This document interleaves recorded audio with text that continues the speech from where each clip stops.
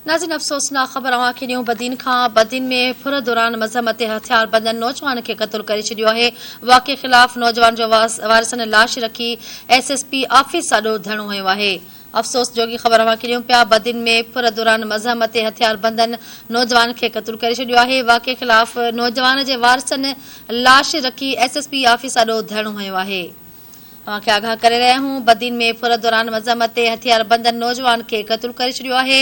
वाक़े ख़िलाफ़ नौजवान जे वारिसनि लाश रखी SSP ऑफिस ॾाढो धरणो हयो आहे।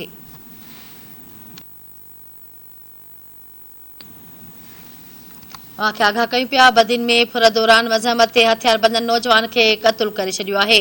वाक़े ख़िलाफ़ नौजवान जे वारिसनि पारां लाश रखी SSP ऑफिस ॾाढो धरणो हयो वियो आहे। तव्हांखे आगाह करे रहिया आहियूं, बदीन में फुर दौरान मज़हमत ते हथियार बंदन नौजवान खे क़त्ल करे छॾियो।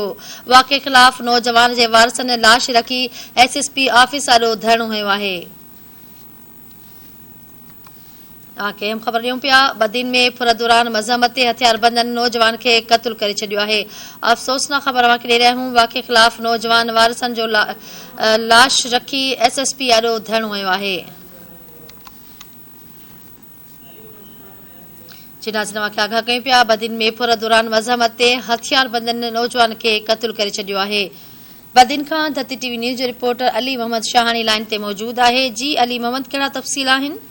जी बिल्कुल तव्हांखे ॿुधाईंदो हलां त अॼु सुबुह फजर वेल ॻोठ मां सब्ज़ी खणी शहर ईंदड़ 36 साला पोरियत मोहम्मद कासिम सूमरो वलद अलाए ॾिनो सूमरो जेको ॻोठ चानेसरी जो रहवासी आहे, जेको चिंगची रिक्शा ते सब्ज़ी खणी शहर अची रहियो हो त ॻोठ बचल मुगेरी वटि हथियार बंदनि तरफ़ां फुर करण जी कोशिशि कई वई। मज़ामत करण ते नौजवान ते फौरन तरफ़ां सिधो गोलियूं वसाइण जे करे पोरियत जेको मौक़े ते फौत थी वियो। जॾहिं जेको बचल मुगेरी ॿुधायो पियो वञे जेको साणसि गॾु हो उहो ज़ख़्मी थियो आहे ऐं उते ॻोठाण तरफ़ां पहुची जेको आहे ज़ख़्मी ऐं जेको फौत थियल जेको क़त्ल थी वियल नौजवान उन खे इंदुस इस्पताल पहुचायो वियो, जितां ज़रूरी कार्रवाई खां पोइ जेको इंदुस इस्पताल तरफ़ां लाश वारिसनि हवाले कयो वियो। वारिसनि तरफ़ां लाश जेको SSP ऑफिस जे अॻियां DCO चौक ते रखी हिन वक़्तु धरणो जारी सारी आहे, जिते बदीन जा शहरी सिविल सोसाइटी जा माण्हू सियासी समाजी अॻुवान उते पहुतल आहिनि। जॾहिं त SHO अनवर लगारी पेची ॻाल्हियूं करण जी कोशिशि कई त वारिसनि तरफ़ां केसि मुकमल जवाबु ॾेई